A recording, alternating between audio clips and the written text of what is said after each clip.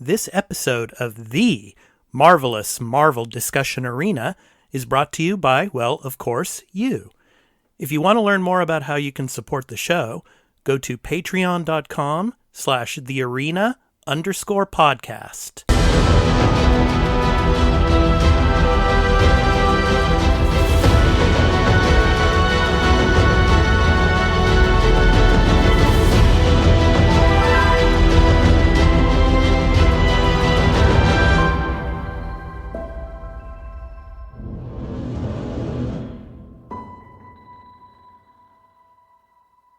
Hey everyone, and welcome into the Marvelous Marvel Discussion Arena, where we talk about all things Marvel. And in this episode, we're going to be talking about the latest episode of Moon Knight, of course. So, with my co-host, Burley of Burleman Gaming on Twitch, and Turn-Based Carl, I'm your host, Expat. And episode 4 of Moon Knight, titled The Tomb. So we're going to be talking about that in this episode. So, guys, let's get to it. I mean, this was like the archaeological, discovery episode. And I don't know, just to me, it had a lot of Brendan Fraser mummy vibes to it, kind of throughout the episode. It was pretty interesting. But anyway, let's start with talking about your favorite points of the episode or, what you liked, about this episode. Carl, I'll start with you, man. What did you think of this? Yeah, I like, you get Layla, that's her name, right? Layla, yes. She really gets to sort of take the lead in this episode. Yeah. And she's doing your Tomb Raider-esque stuff going on a little bit in there, Yeah. The tomb, but Steven is helping figure out some of the mystery there. It's good. It's fun stuff. I enjoy that a lot. Yeah. And it's interesting, how this relationship is forming between Layla and Steven, so of course, the little smooch there, as you can see, those of you watching it, of course, in video here, of course, during this episode. So, and then of course, Steven getting down to business down there in the tomb and everything. So, it's interesting you say that, Carl, about Lara Croft and Tomb Raider. It's funny, the actress that played Layla, she was trying to make it a point that she did not want to be stereotyped as like a Lara Croft type of figure, as she was filming this. So maybe she's not aware of the current version in the games. Maybe she's thinking the old version. Maybe. I don't want to be known for triangle boobs and and just the two guns, like just the two guns, or the little cheat when people tried the nude cheats back in the day, and it was just her in the towel just shooting the screen. Yeah. But I mean, don't you guys agree? I mean, this had a lot of Brendan Fraser mummy type of vibes to it, especially that one scene when like she's fighting this I don't know, some type of like a mummy type of some type of what physician, like a physician that would take organs out of dead bodies when they die, or something like that. It seems like it's they point that out, and it's like an animated sort of corpse almost, I guess, right, of those the people who do the mummification process. Yeah. And it's just I was getting tingles down my spine listening to it. It was like it's like, it's like, and they're like trying to hide from it and everything. So. See, what's weird is that like there's not really much of an explanation to what that is, and but in the previous episode, I made the comment that like when he did the magic on the sarcophagus, I thought they may have to fight some sort of like animated mummy thing, and that didn't exist. And then now the next episode, like here's basically that, but no one has to fight it. This is to run away from it. I'm like, come on, man, really? Yeah. Burley, what are your thoughts on the episode, like the early parts of it? I enjoyed it, and I do like the relationship between her and Steven, and I love the little flashes, because every so often because he sees Mark, and Mark's like going in and be like, don't you kiss my wife and all this and that. I'm gonna hit. And Steven's like, I don't care. I'm just gonna do what I'm gonna do. Yeah. And of course, Ethan Hawke's character again. Arthur Harrow. He's really good in this show. I really like him. And that scene with him and Layla there in the tomb area there, as he's sitting there and talking to her and stuff, and talking about how it was Mark that was responsible for her father's death. I thought that was pretty good scene there. Yeah, Carl, what did you think of that exchange? No, I do like that exchange. What they're setting up, I feel like I don't know. I feel like I already know it's the third personality probably like killed everyone, right? Yeah, maybe. I'm assuming, because there was when they were in the car and when they first took, I think it was episode 2, maybe, when they grabbed Steven and they were looking over the people were pretending to be like FBI or police or whatever. Yeah. And they're looking over the report and they were saying, well, it looks like they, tied everybody up and executed them. And I'm like, yeah, that was probably the third personality. Like, it's just telling you, it's already telling you what happened there, but we'll see if it's a little bit more mysterious. Yeah. More nuanced, hopefully. Yeah. And then the scene, of course, when Arthur and his men get up there and find Steven, aka of course, Steven and Mark. So he's Mark again. But before that, Steven, of course, it's interesting how he opens up the tomb. Was it of Alexander? I think he finds like Alexander the Great's tomb, there. So. I just want to flash back to Ethan Hawke's scene there, where he's telling her, yeah, it's great and all that we got there. This guy's whole goal is to get to the tomb and everything. Why are you spending the time talking to her? Why aren't you just going? Like, he knows, in all honesty, she's not a big enough threat to him and his men. Like, I know it's to get the psychological and break her not to trust Mark and Steven or have her possibly kill them. Yeah. But in all honesty, just go for your reward. Like, I would only tell her that if the two of them are at the tomb already and be like, oh, they got to it first. And let's say Steven has stuff in his hands and be like, aha, this is how I get him to drop it and for me to get it. Kind of just say, like, I don't know. It seemed a little too much of just like, this guy has to be like, I have to break this up because I am villain instead of I could just go for what I want. Yeah, I mean, I definitely see that. I think in that particular scene where he's, across the way, I mean, he can't actually get to her at that point. So he's almost kind of stalling her. Yeah. Because I don't know. I don't even know how they get across there at that point. There's another way, maybe. Yeah. No, there definitely was. Yeah, there was another way. Yeah. And then, of course, the conversation before, of course, Mark gets shot. Of course, the dialogue there, and then, of course, Mark falling into the water.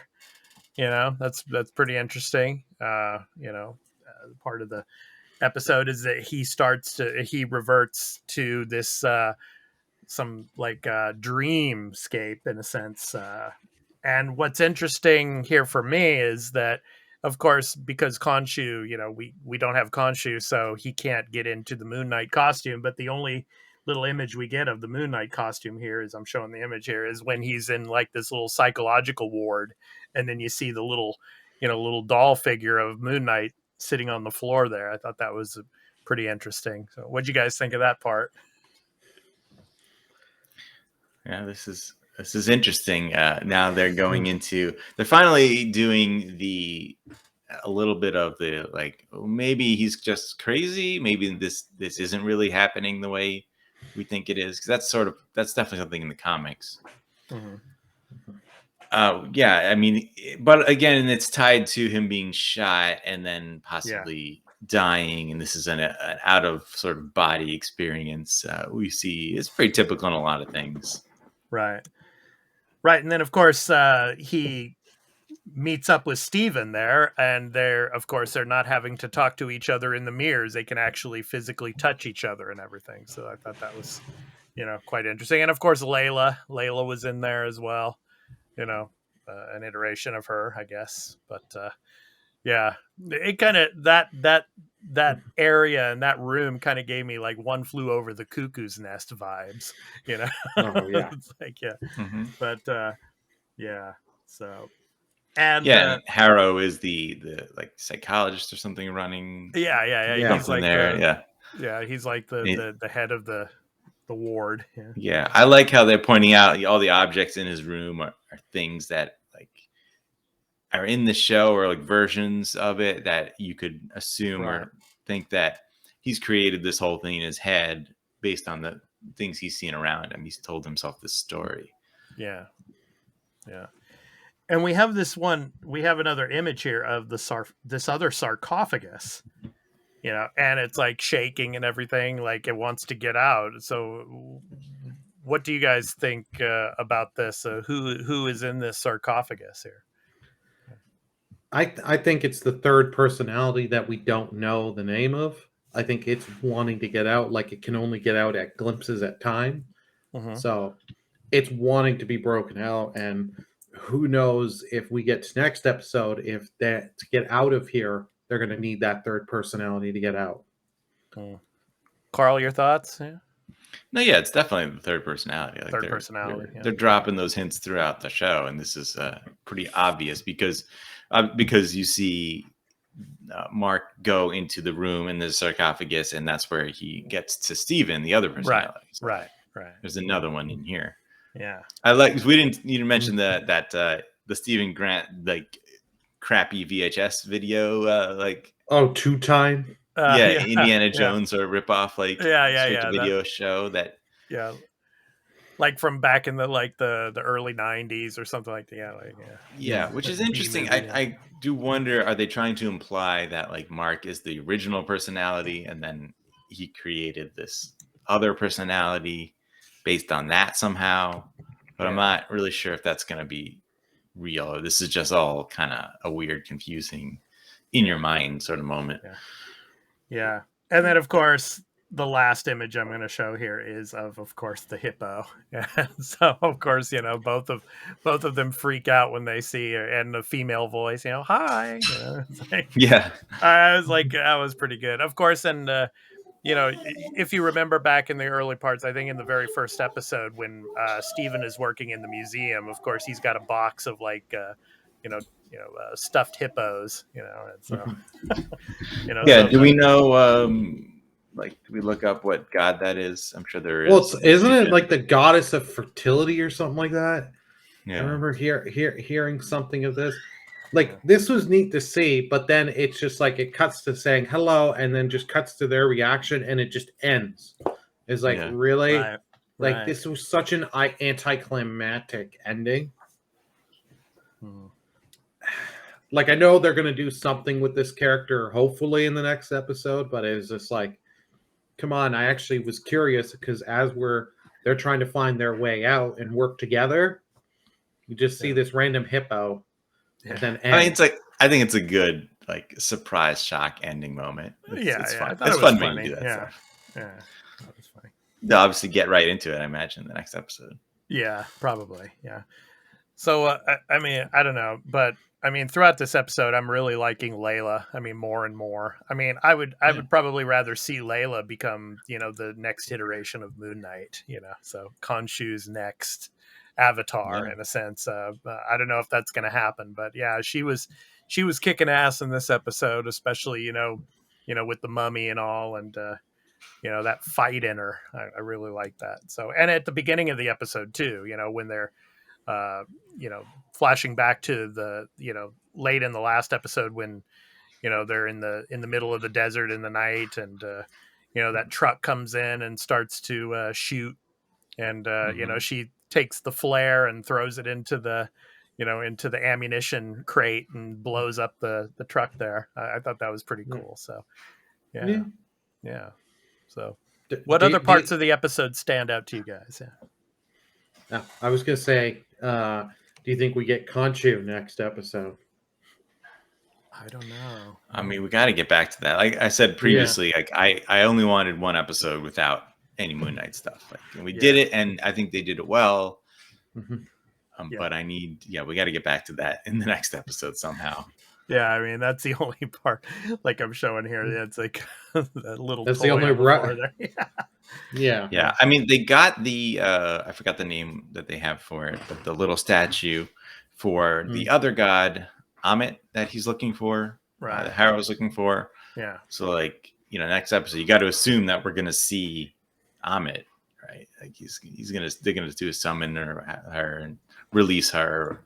Is she gonna take an avatar? And I wonder, is maybe all this stuff with Harrow trying to separate and confuse Layla, is he trying to groom her to be an avatar for Amit? Because maybe for some reason he can't be. I don't know. Yeah, it's interesting. We'll have to wait and see for that one. Yeah. I mean, you assume he's supposed to be it, right? Because he's the villain. Yeah. Maybe that won't happen. We don't know. Yeah. But I think we have 2 more episodes left. So I think episode 5 is going to be one of the episodes with the most action in it. Probably, we shall see. But yeah. So. Well, since you brought up Cuckoo's Nest, you think they get out of the same way as Cuckoo's Nest to try and get out? I don't know, man. I haven't seen that film in like probably 15 years, so I can't remember the ending of how they get out. Attempt to get out. Oh well, of course, the chief. Obviously, the chief puts the pillow on Jack Nicholson's face, and they get out him to death. They get out either via death or lobotomy, Burley. So I don't think we want either of those. Yeah.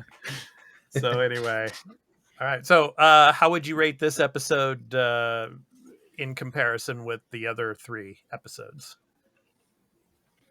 Well, I felt it was stronger than the last episode, just because the last episode had some moments that I just thought weren't that strong. Just were kind of wasted. Like I said, the whole thing with the whatever that guy's name with the rich guy, like it was just kind of half baked and very stereotypical. Yeah. Burley, what about you? This was a better episode compared to last week's, but I don't know, like, because there were some really good moments in the last couple of episodes that I think work a little bit better in this one. So this is not my least favorite, but it's probably middle for me. I would say. Yeah.